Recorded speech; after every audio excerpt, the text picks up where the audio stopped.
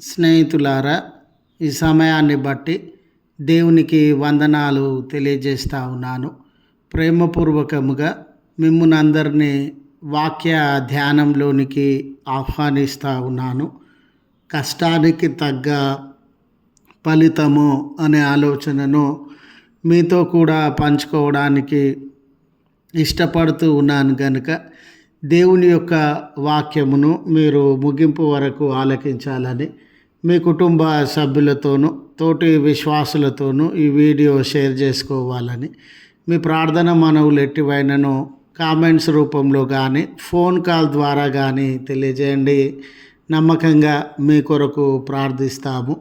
ఈ వీడియో మీ ఆధ్యాత్మిక జీవితంలో ఉపయోగకరంగా ఉంది అని మీకు అనిపిస్తే దయచేసి ఈ ఛానల్ను సబ్స్క్రైబ్ చేసుకునవలసినదిగా మనవి చేస్తూ ఉన్నాను. లేఖనము కీర్తనలు 105వ కీర్తన 37వ వచనము. తన జనులను వెండి బంగారములతో ఆయన రప్పించెను.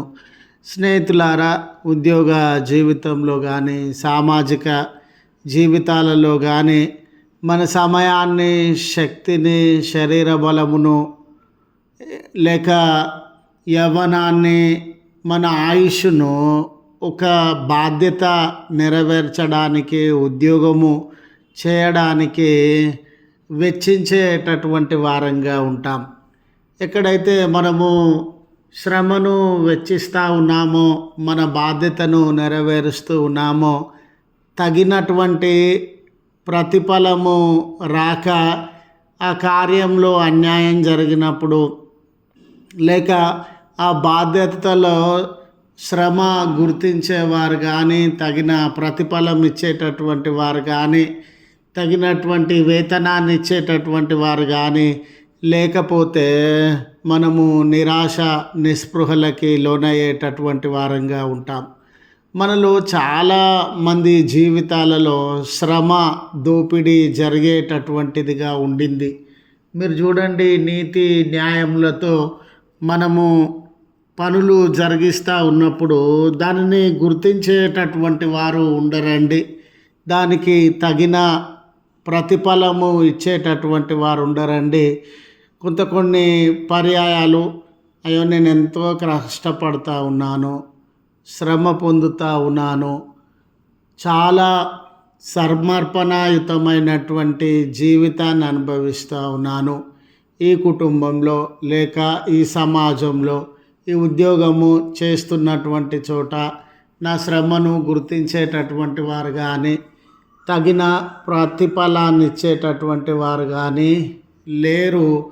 నా వలన ఇతరులు లాభపడుతూ ఉన్నారు, నా వలన ఇతరులకు మేలు జరుగుతూ ఉంది, నాకు మాత్రము ఎటువంటి మేలు జరగట్లేదు అనే ఆయాస పడేటటువంటి వారంగా ఉంటాం.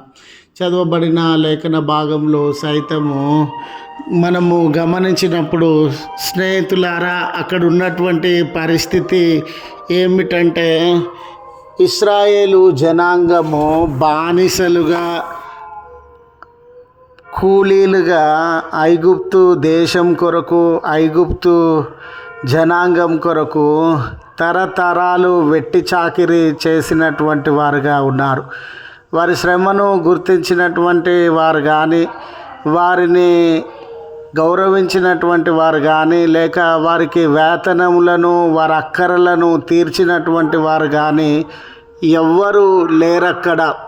కనీసము విశ్రాంతి తీసుకున్న సందర్భాలు, నెమ్మదిగా నిద్రించినటువంటి సందర్భాలు, లేక వారికి కష్టానికి తగినటువంటి వేతనాన్ని, గౌరవాన్ని పొందిన పరిస్థితులు కానీ లేవండి.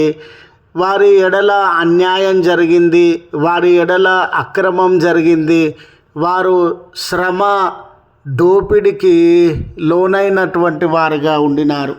తరతరాలు శ్రమ దోపిడికి లోనైనటువంటి వారుగా ఉండినారు. వారు కష్టించినారు కానీ ఏ రకమైన ఫలితాన్ని వారి జీవితాలలో అనుభవించలేదు. కనీస సౌకర్యములకు నోచుకోలేదు. సరి అయినటువంటి నివాసములలో కాపురం ఉండలేదు. అక్కడ ఉన్నంత కాలము ప్రాణ భయంతోనే, దాడులతోనే, ఇబ్బందులు, సమస్యలు, లేమి మధ్యనే వారి జీవితము గడిచినట్లుగా మనము గమనిస్తాం. శ్రమ మీద శ్రమ, కష్టం మీద కష్టము వారి జీవితాలను ఆవరించింది, కానీ ఏ రోజు వారు నెమ్మదిని అనుభవించలేదు. అలాంటి పరిస్థితుల మధ్య దేవుడు కలుగజేసుకొని ఆ దేశంలో నుండి, ఆ బానిసత్వంలో నుండి వారిని విడిపించాలనే సంకల్పము జరిగిస్తూ ఉన్నటువంటి వేళ ఇశ్రాయేలు, ఆ యూదా జనాంగం అంతటికి, హెబ్రీయులకి దేవుడు ఒక మాట సెలవిచ్చినాడు. మీరు ఐగుప్తీయుల దగ్గర వెండిని, బంగారాన్ని, ఖరీదైనటువంటి వస్తువులను అరువు తీసుకోండి, అంటే తిరిగి చెల్లిస్తామని చెప్పి ఆ వెండి, బంగారము లేదా డబ్బు, విలువైన వస్తువులను అరువు తీసుకొని మీరు అక్కడ నుండి ప్రయాణాన్ని మొదలు పెట్టండి అని సెలవిచ్చినాడండి. మీరు చూడండి, ఆ ఐగుప్తీయులకి ఎంత సేవ చేసినా, బానిసలుగా బ్రతికిన వాళ్ళకి పంటలు పండించిన, వాళ్ళను ధనికులుగా మార్చిన, ఎన్ని సౌకర్యాలు అభివృద్ధి కలుగజేసిన హెబ్రీయులకి ఏ రోజు కూడా కనీస వేతనాన్ని వాళ్ళు చెల్లించలేదు. హెబ్రీయుల ఎడల వారు దోపిడీ జరిగించినారు కనుక, అన్యాయం జరిగించినారు కనుక దేవుడు ఈ ఆలోచనను, వాళ్ళ వెండి బంగారాలను లేదా విలువైన వస్తువులను అరువు తీసుకొని మీరు బయలుదేరండి. దేవుడు ఈ ఆలోచన చేయకపోతే వాళ్ళు ఖాళీ హస్తములతో, అంటే 100 సంవత్సరాలు పని చేసినా కూడా, శ్రమ పొందినా కూడా, వారు ఎన్నో రకములైనటువంటి సేవలను అందించినా కూడా ఖాళీ హస్తములతో, ఏమీ లేనటువంటి వారుగా, పేదలుగా, దిక్కుమాలినటువంటి వారుగా, అనామకులుగా బయలుదేరాల్సినటువంటి పరిస్థితి. వాళ్ళు ఐగుప్తు రాజు కానివ్వండి, అక్కడ ఉన్నటువంటి పెద్దలు కానివ్వండి, ఆ జనాంగం కానివ్వండి, వీళ్ళ చెమటను, శ్రమను గుర్తించలేదు. కానీ పరలోకమందు ఉండేటటువంటి దేవుడు వీరి శ్రమను, వీరి కన్నీళ్లను గుర్తించి వీళ్లకు తగిన ప్రతిఫలము, వేతనము, సొత్తు దొరకాలని ఈ కార్యాన్ని జరిగిస్తున్నటువంటి వాడుగా ఉండినాడు. కనుక నీ జీవితంలో కూడా, అయ్యో నేను కష్టపడ్డానే ఫలితం లేదని, నేను శ్రమ చేశానే ఫలితము లేదని, అయ్యో ఎన్నో రోజుల నుండి నా చెమటను నేను ధారపోస్తూ ఉన్నానే ఫలితం లేదని కృంగిపోకుండా, ఆ రోజు ఇశ్రాయేలు హెబ్రీ జనాంగానికి న్యాయాన్ని జరిగించిన దేవుడు, శ్రమకు తగ్గ ఫలితాన్ని ఇచ్చిన దేవుడు నీ జీవితంలో కూడా ఖచ్చితంగా శ్రమకు తగ్గ ఫలితాన్ని అనుగ్రహిస్తారు అని గుర్తు చేస్తూ ఈ మాటలను ముగిస్తూ ఉన్నాను. ప్రార్థించుదాము. కృపగల తండ్రి, మహోన్నతుడా, నీ పరిశుద్ధ నామమునకు వందనాలయ. మిమ్మల్ని ఆశ్రయిస్తూ ఉన్నాం, మీ మీద ఆధారపడతా ఉన్నాం.